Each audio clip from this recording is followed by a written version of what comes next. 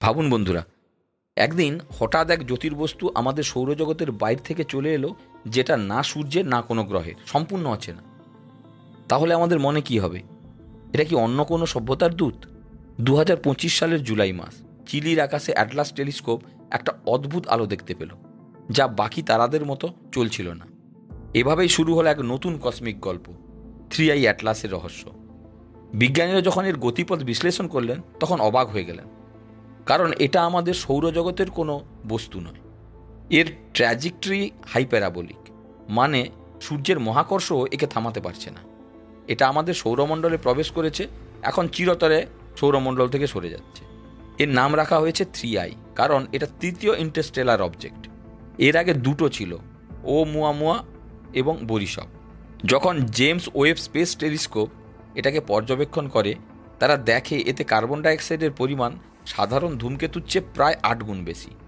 কিন্তু অবাক ব্যাপার, এতে জল নেই বললেই চলে। মানে এটা একটা এমন গ্রহতন্ত্রে তৈরি যেখানে পরিবেশ একদম পৃথিবীর মতো নয়।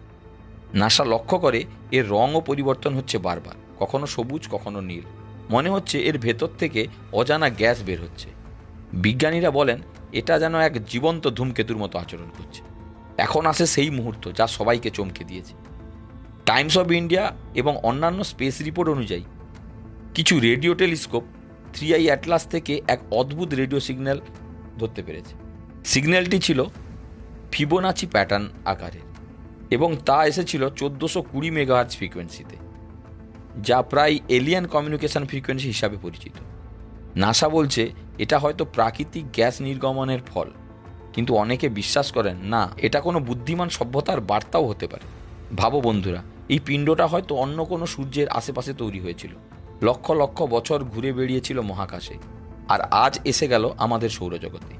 এর আলোক, রং এবং অদ্ভুত গতিপথ সবই আমাদের মনে করিয়ে দেয় আমাদের মহাবিশ্ব কত বিশাল আর অজানা। হয়তো কোথাও কেউ আছে যে আমাদের ঠিক এইভাবেই দেখছে, যেভাবে আমরা 3i অ্যাটলাসকে দেখছি। তাহলে বন্ধুরা, 3i অ্যাটলাস কি শুধু একটা ধূমকেতু, নাকি কোনো ভিনগ্রহী সভ্যতার দূত? তোমাদের কি মনে হয়? কমেন্ট করে জানাও।